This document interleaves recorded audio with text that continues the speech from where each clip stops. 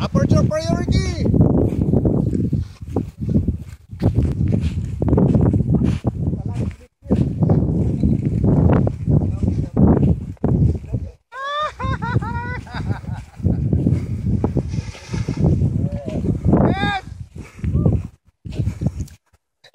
Next!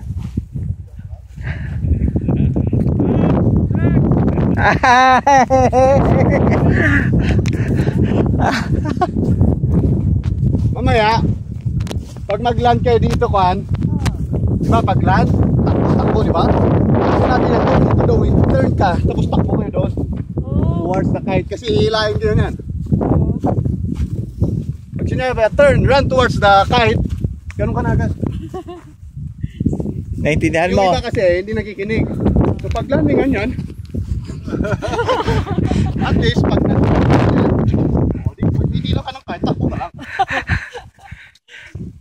Para kang si Rahel.